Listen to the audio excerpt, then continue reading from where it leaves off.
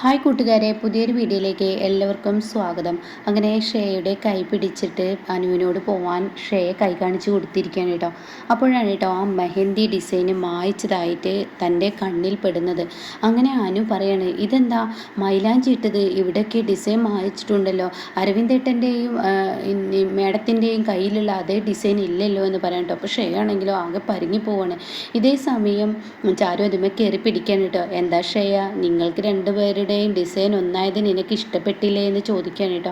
ആ സമയം എല്ലാവരും ഉണ്ട് കേട്ടോ. ശരിയാണല്ലോ, ഇന്നലെ ഇട്ട മെഹന്തി അല്ലേ, ഇത് ഇത്ര പെട്ടെന്ന് മാഞ്ഞോ എന്ന് ചോദിക്കുകയാണ് കേട്ടോ. ഇതേ സമയം ഷെയാണെങ്കിലും നിന്ന് പരുങ്ങുന്നുണ്ട്. എന്ത് ഉത്തരമാണ് താൻ അവിടെ പറയേണ്ടതെന്ന് അറിയാതെ. അപ്പോഴേക്കും മനു പിടിക്കുകയാണ് കേട്ടോ.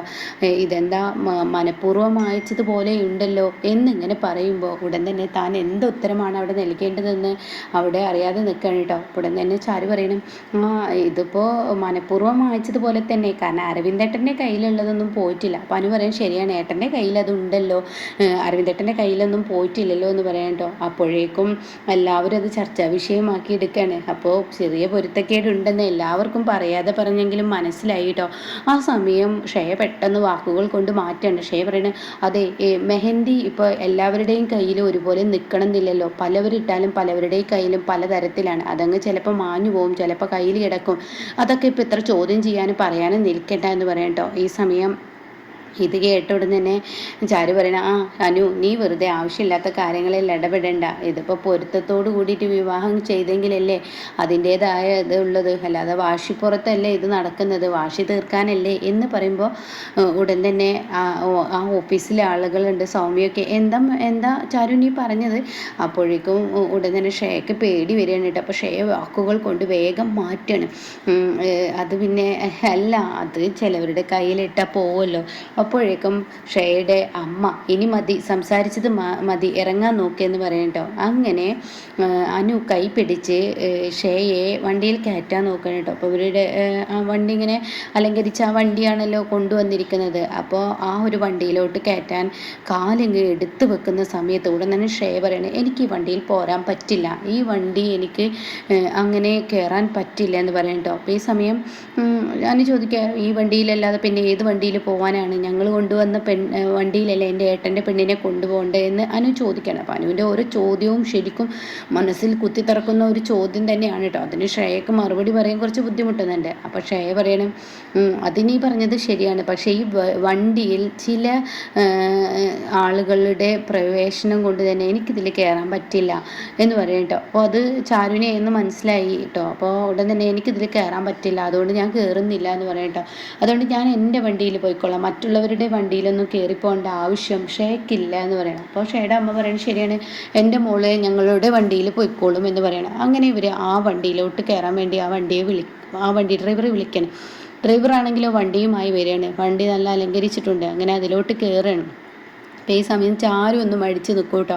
ചാരുവിനെ തന്നെയാണല്ലോ ഇത് പറഞ്ഞിരിക്കുന്നത്. അപ്പോൾ അനു കയറാൻ ഒരുങ്ങണം. അപ്പോൾ ചാരു കയറുന്നില്ല. അപ്പോൾ ഉടനെ തന്നെ അനു പറയണേ, ഞാനില്ല ഈ വണ്ടിയിൽ, കാരണം എനിക്ക് വയ്യ ഇതിൽ കയറാൻ, ചാരു ചേച്ചി ഇല്ലെങ്കിൽ ഞാനും ഇല്ല എന്ന് പറയട്ടെ. അപ്പോൾ ഷേ പറയണേ, ആര് പറഞ്ഞു, എല്ലാവരും കയറിക്കോളൂ, നിങ്ങളല്ലേ എന്നെ കതിർ മണ്ഡപത്തിലോട്ട് കൊണ്ടുപോകേണ്ടത്, മണ്ഡപത്തിലോട്ട് കൊണ്ടുപോകേണ്ട വ്യക്തി അരവിന്ദൻ്റെ വീട്ടുകാർ നിങ്ങളല്ലേ, നിങ്ങൾ കയറിക്കോളൂ എന്ന് പറയണം. അങ്ങനെ ഷേ ഫ്രണ്ടിലിരിക്കുകയാണ്, ഇവർ 3 പേരും കൂടി പിറകിലിരിക്കുകയാണ് കേട്ടോ. അപ്പോൾ വണ്ടി ഒന്നങ്ങോട്ട് ജസ്റ്റ് ഒരു സെക്കൻഡ് അത്രേ ആയിട്ടുണ്ടാവുള്ളൂ. വണ്ടി ഒന്ന് എടുക്കുമ്പോഴേക്കും ഷെയ ഡ്രൈവറോട് പറയാണ്, അതെ വണ്ടി ഒന്ന് നിർത്തിക്കേ എന്ന് പറയണം. അതേസമയം ഷെയുടെ അമ്മ ചോദിക്കുക, എന്താ മോളെ എന്ന് ചോദിക്കുകയാണ്. അതെ, ഞാൻ പറഞ്ഞല്ലോ, ഒരു നല്ല കാര്യത്തിന് പോകുമ്പോൾ ചില ആളുകളുടെ സാമീപ്യം കൂടെ ഉണ്ടായിക്കഴിഞ്ഞാൽ തീർച്ചയായും അത് എൻ്റെ വിവാഹ ജീവിതത്തെ ബാധിക്കും. അതുകൊണ്ട് ചാരു ഒന്നും തോന്നരുത് കേട്ടോ, നീ എന്തിന് പുറപ്പെട്ടാലും അത് 2 കലാശിക്കലുള്ളൂ. നിൻ്റെ വിവാഹം ഇതുപോലെ ഒരു പ്രാവശ്യം നടക്കാൻ ഒരുങ്ങിയത് അത് മുടങ്ങി വേറൊരാളല്ല താലി കെട്ടി, അങ്ങനെ ഒരു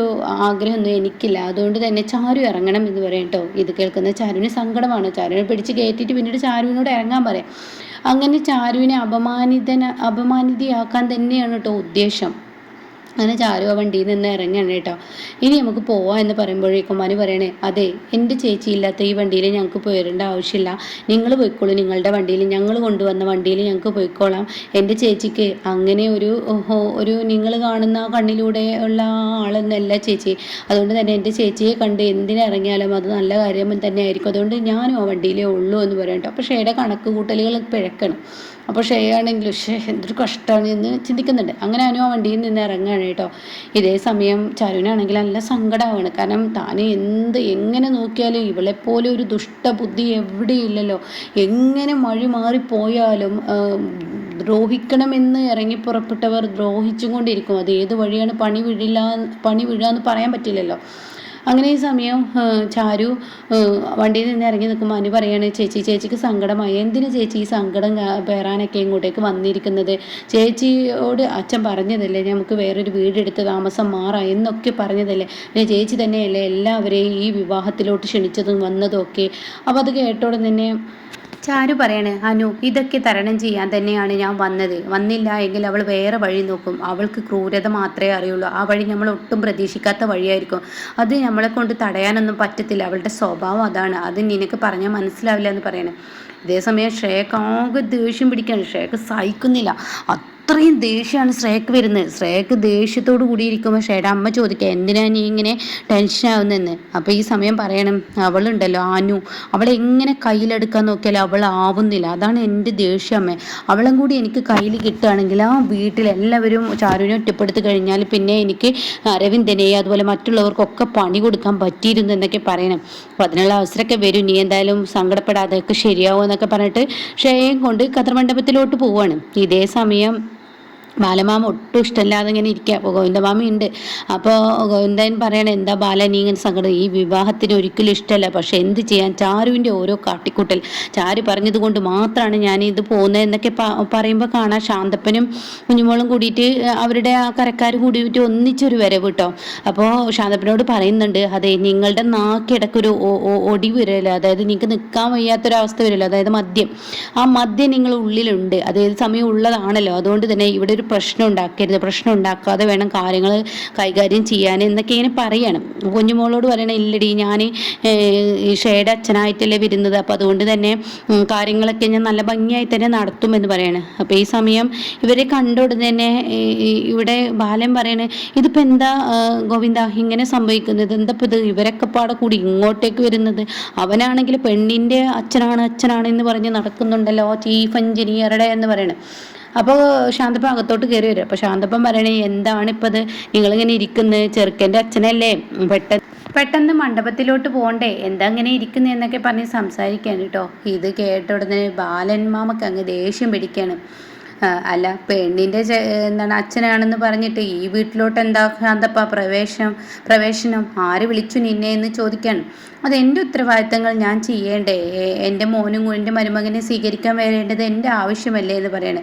അപ്പോഴേക്കും ബാല, അയ്യോ കൊതു എന്ത് കൊതുവാണ് ഈ വൃത്തികെട്ട കൊതു, എവിടെയാണ് ചീഞ്ഞ നാറ്റമുള്ളത് അവിടേക്ക് വന്നിരിക്കുന്ന ഒരു സ്വഭാവക്കാരനാണ്. അപ്പോൾ ശാന്തപ്പനെ അങ്ങനെ പറയുമ്പോൾ കുഞ്ഞുമോൾക്ക് അത് പറ്റുന്നില്ല കേട്ടോ. അപ്പോൾ കുഞ്ഞുമോൾ പറയണത്, നിങ്ങൾ എന്തിനാ ആവശ്യമില്ലാത്ത കാര്യങ്ങൾ സംസാരിക്കാൻ നിൽക്കുന്നത്, മറ്റുള്ളവരോട് ഇത് സംസാരിക്കണ്ട. അപ്പോഴേക്കും ഹേമ വരികയാണ്. അപ്പോൾ ഹേമയുടെ മുഖവും ആടിത്തുടങ്ങിയിട്ട്. അപ്പോൾ ഹേമ പറയാണ്, അതെ എൻ്റെ മോനെ വിളിക്കാനല്ലേ ശാന്തപ്പ നീ വന്നത്, അപ്പോൾ അതുകൊണ്ട് നീ പോയി അരവിന്ദനെ വിളിച്ചേ എന്ന് പറയണം. അപ്പോഴേക്കും അരവിന്ദനാണെങ്കിലോ ഡ്രസ്സ് മാറി വരുന്നുണ്ട്. അതിന് മുന്നേ അരവിന്ദനെ കണ്ടുടൻ തന്നെ ഹേമ പറയുന്നുണ്ട്, എന്ത് ഭംഗിയാണ് എൻ്റെ മകനെ കാണാൻ, കോട്ട് സൂട്ടൊക്കെ ഇട്ട് എൻ്റെ മകൻ എന്ത് രസമാണ് എന്ന് പറയുന്നുണ്ട്. അപ്പോൾ ഈ സമയം പറയാണ്, കോട്ടും സൂട്ടും ഇട്ടിട്ട് അമ്മ എന്നെ ആദ്യമായിട്ടാണോ കാണുന്നത്? ഞാൻ ചാരുവിനെ കല്യാണം കഴിക്കാൻ പോകുമ്പോൾ ഞാൻ ഈ ഡ്രസ്സ് തന്നെയല്ലേ ഇട്ടിരുന്നു എന്ന് ചോദിക്കുകയാണ്. എടാ നീ എന്ത് എരണം കെട്ട സംസാരമാണ് നിൻ്റെ?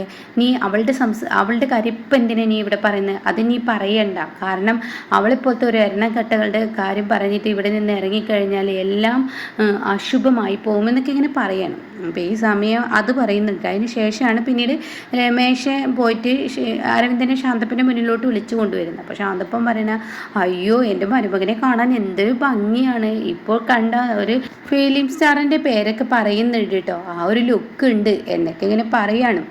അങ്ങനെ ഇങ്ങനെ പുകഴ്ത്തി സംസാരിക്കുമ്പോൾ അതുകൊണ്ട് അത് കണ്ടാൽ തോന്നും എന്താന്ന് പറയുക, ഇപ്പോൾ പാടത്ത് ഈ വാഴക്ക് അങ്ങനെയൊക്കെ പറഞ്ഞിട്ട് ബാലമാമ ഇങ്ങനെ ഉപമ പറയുകയാണ്. അപ്പോൾ അത് കേട്ടോടെ തന്നെ ഹേമക്ക് വീണ്ടും ദേഷ്യം പിടിക്കുകയാണ് കേട്ടോ. അപ്പോൾ ഇങ്ങനെയൊക്കെയുള്ള ഒരു എപ്പിസോഡാണ് ഇനി വരാനിരിക്കുന്നത് കേട്ടോ.